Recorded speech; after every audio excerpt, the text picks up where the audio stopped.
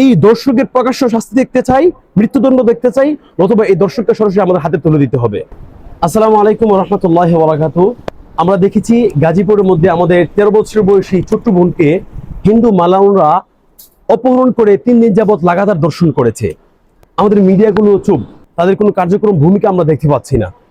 পক্ষান্তরে বিষয়টা যদি কোনো মুসলমান যদি কোনো হিন্দু নারীকে দর্শন করত, তখন আমরা দেখতে পাইতাম যে বামপন্থীদের মধ্যে আগুন লেগে গেছে, শাহবাগীরা তারা নারীবাদীর স্লোগান দিয়ে উঠছে।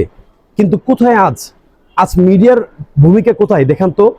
আমাদের বাংলাদেশের প্রত্যেকটা মিডিয়া হলো জালেম, তারা কখনো জুলুমের বিরুদ্ধে কথা বলে না। মনে রাখতে হবে, তারা কথা বলুক আর না বলুক, আমাদের কথা বলতে হবে, কারণ ওই বোনটি আমাদের কারো বোন বা কারো, এবং নারীবাদীরা কথা বলুক বা না বলুক আমাদের কথা বলতে হবে, কারণ এই বোনটি আমাদের ঘরের ইজ্জত। এমনকি পলিটিশিয়ানরা কথা বলুক আর না বলুক, এই নিয়ে আমাদের কথা বলতে হবে, কারণ এই বোনটি আমাদের গায়ের রক্ত। আমরা ইতিপূর্বে যে সমস্ত নাটক দেখেছি, যে গ্রেফতার নামে যে সমস্ত নাটক দেখেছি, আসিয়ার সময় ইত্যাদি, আমরা বিভিন্ন সময় আমরা গ্রেফতার নামে নাটক দেখেছি। আমরা এই সমস্ত নাটক আমরা দেখতে চাই না। আমরা শুধু এই দর্শকের প্রকাশ্য শাস্তি দেখতে চাই, মৃত্যুদণ্ড দেখতে চাই, অথবা এই দর্শককে সরাসরি আমাদের হাতে তুলে দিতে হবে।